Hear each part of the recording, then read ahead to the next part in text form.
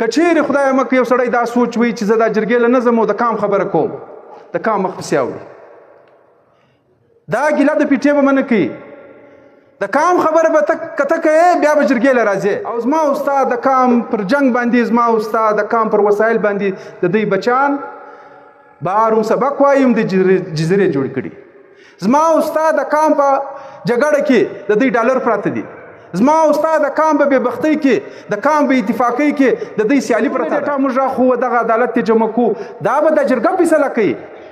په هغه کې موږ توقع د مشر محمود خان سره لرو موږ د مولانا فضل الرحمن سره توقع لرو موږ د اسفندیار ولی د باچا خان کور سره توقع لرو موږ د نور سیاسي جماعتو کمپرست جماعتو سره امید لرو چې دا ډیټا به د پی ټی ایم زمواري د خامخا به وتی تیږدي موږ دا قبایلو سره دا امید لرو دا بیا د دې فیصله ده اس پی ټی ایم فیصله نه کړي اس منظور پښتون بدی کې فیصله نه کوي دا فیصله و د کام ته یږدي دا فیصله و د جرګې ته یږدي دا جرګه بر ولاړیږي سخت ځای به پی ټی ایم ته ورکی سخت ځای به منظور پښتون ته په لاس ورکی شروع د ازمږ د واسطه تیر ده دا کار ته وکړه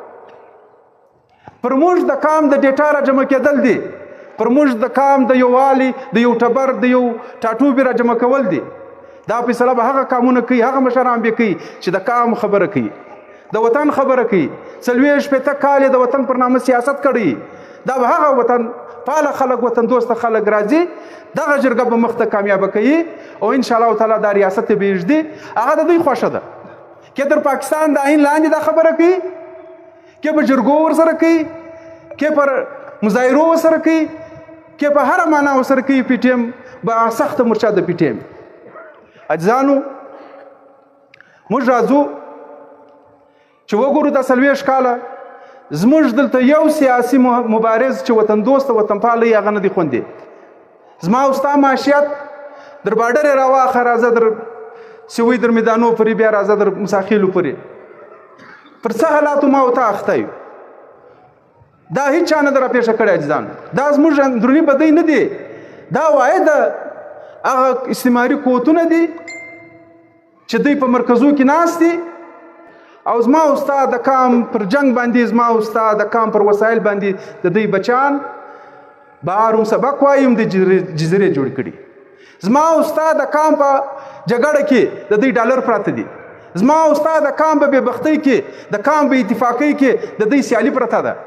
د دې مخنیوی پکار دی ځکه مشران ناستي هغه په تفصیلي نور پر دې مجلس وګایي نو موږ د ټولو سیاسي ګوندو سره امید لرو ان شاء الله تعالی د دوی کومک ور سره او دغه ناس خلک به ومشته و دغه پی ټی ایم ته برکور پر کور فرد پر فرد چاندارا کوي به ګرځي به مشران خبري و دغه جرګې ته به ټول پښتانه کام چې د هر ټبر دی د هر خیل دی هغه به ځان را رسوي څه ترانسپورټ به پی ټی ایم ورکوي او څه ترانسپورټ که د دوی خپل یو کومک ول هغه به دوی راکوي دې جرګې ته به ځان رسو او دا هم وایو بخښنه غواړو که چیرې خدای مکه یو سړی دا سوچ وي چې زه دا جرګې له نه ځم او د کام خبره کوم د کام مخ پسې اوري دا ګیله د پی ټی ایم به منه کوي د کام خبره به ته که ته کوې بیا به جرګې له راځې حالات دی حالات دی حالات دی حالات چې موږ املا په دې مجبوره دی ډاکټر په دې مجبوره دی انجینیر په دې مجبوره دی وکیل په دې مجبوره دی زموږ ملتپال ملت دوست تاجر په دې مجبوره دی دا د ټولو مسله ده ځان دا یوازې پی ټی ایم او پښتونخوا او ان پی او دې خلکو ته نه ده پیښه دا د کام وار وګړي ته پیښه ده نو د دې مخنیوي موږ په جرګو کوو دا جرګه به بیا فیصله کوي نو ستۍ چې خو نور مقررین ناستې هغه به خبره وکړي یو وار بیا زه ستۍ کورودانۍ وایم چې دې جرګې له رالاست ډېره مننه